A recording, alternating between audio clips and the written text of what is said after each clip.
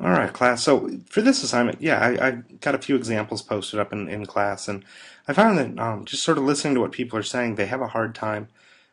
You guys have a hard time coming up with sort of abstract designs because in your head, I think you're trying to make something, and you're trying to make something instead of trying to make a design, which is purely about visual movement.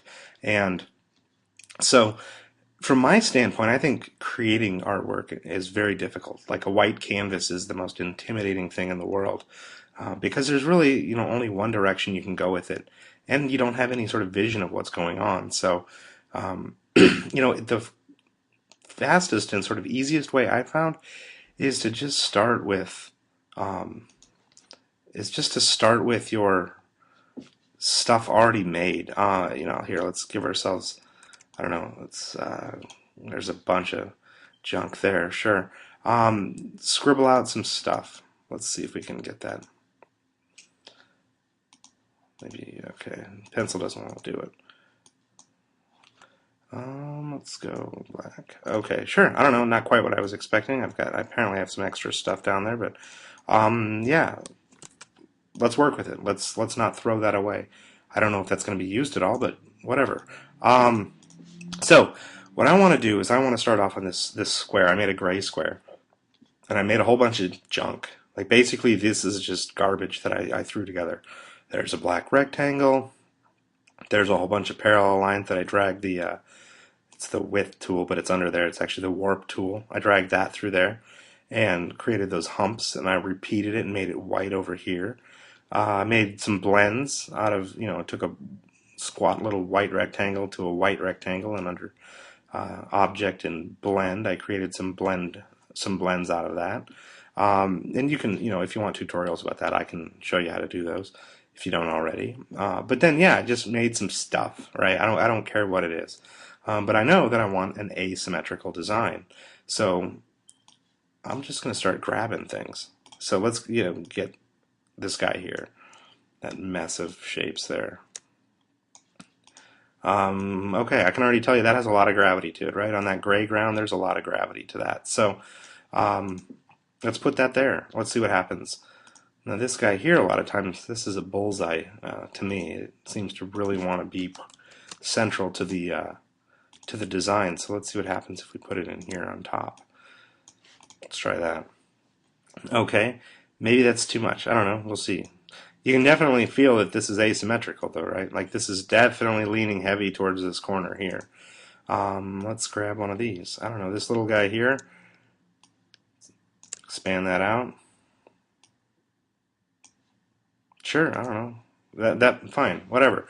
Okay, so I need something coming over to this side of the design too. So, what better way than just put like a stair step from one side to the next? There's that like that, right? Now this big black rectangle, I'm just going to stick it here.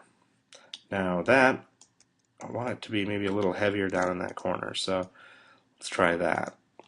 Okay? And you'll notice I'm not thinking too much about this. Like I have no idea if this is going to turn out well at all. Like this could be junk. This could be a pretty terrible design. I would not be surprised. But at this point, it's too early for me to be making that kind of a judgment call. Remember when I said it's easier to edit than it is to create? Well, I just want to quickly create without too much mental editing. So I'm going to stick this one up here. I'm going to stick this one, that probably goes just fine in there. And then this one, I'm going to stick up in this corner here. Let's see, okay. So I feel like now at least I've got stuff going on in my design. Right, okay, I can get rid of this here.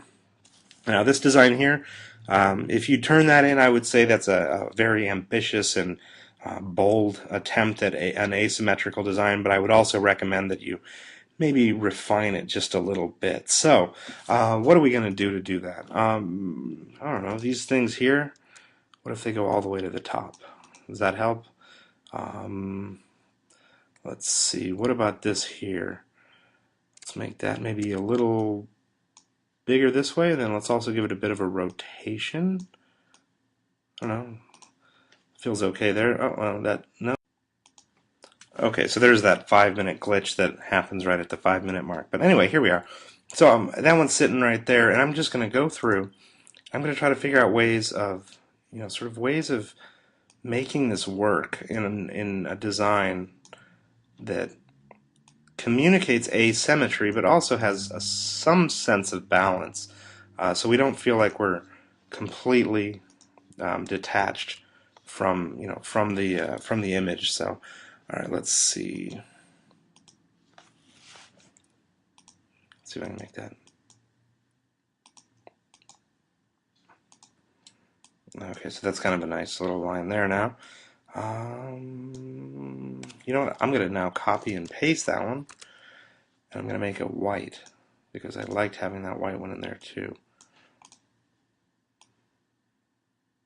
Now, the funny thing about that is I bet we can make it even, stick that in there and it won't even look like it's related. Okay, so is this starting to get a little chaotic? Maybe. I want to check without that background in there. Okay, so yeah, you see what happens when we get rid of that gray.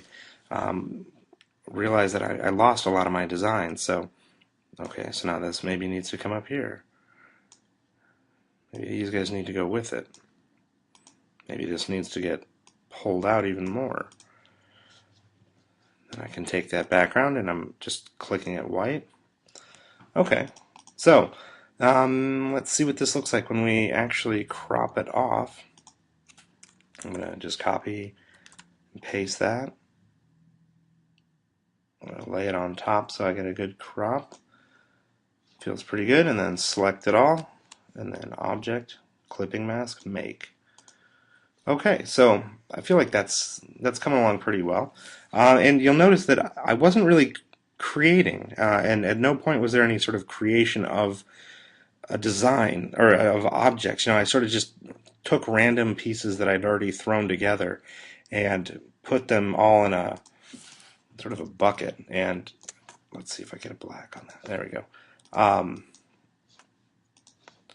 Just, I don't know, it seems like arranging is just a lot easier. If you just take your shapes and arrange them and not worry so much about the creation of, this little ViewMaster slide thing here that I made. I don't know, I never had really any intention of doing anything with it, but I've got it, so let's throw it in there. That scribble line that I showed you at the very beginning seems fine.